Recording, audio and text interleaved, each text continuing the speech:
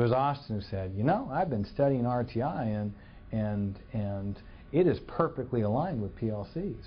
And my response, because I've been recently studying about RTI, and I said, you know what, as a principal of a site, I embrace RTI, and when we have to actually implement it, I'm not scared because I've already been doing it, because it's the same work as a pyramid of interventions. And from that conversation, we said, well, man, do you think we could do this work without a PLC foundation? We said, no, we don't think so. So we decided this would be an important topic. We are fearful that some schools who are doing PLC practices will see RTI as a new way to qualify kids for special ed and think, oh, well, this is a federal mandate. Let's toss out what we're doing with PLCs because we have to do RTI now. No, it should be embraced and validating what you're already doing.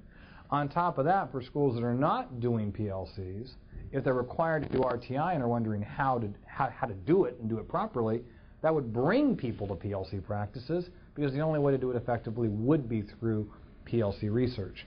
So we saw it as a perfect melding of two very powerful practices, and the book would be a way to show people it's the same work, not two different things. Well, when I first started reading about response to intervention, RTI, it immediately occurred to me that it was so much like the answer to question 3, how do we respond when kids don't learn in the professional learning community? And then as I read and studied it more, I just became convinced that not only were there tremendous similarities between RTI and PLCs, but in actuality, the best way to implement RTI in this country is through the professional learning communities model. And so rather than it being seen as a federal mandate or the newest scheme to raise test scores, the professional learning community model centers it all around kids and what's good for kids. And when kids aren't learning, how do we respond? And then we watch how they're responding to those interventions, and we use that data to make decisions to help them learn. We don't give up on kids.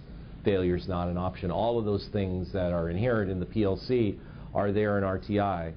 I'd even go a step further and say that I think I'm excited about the possibility that many school districts in America, as they attempt to implement RTI, will be introduced to the professional learning communities model, because I really believe that it's the best way to implement RTI.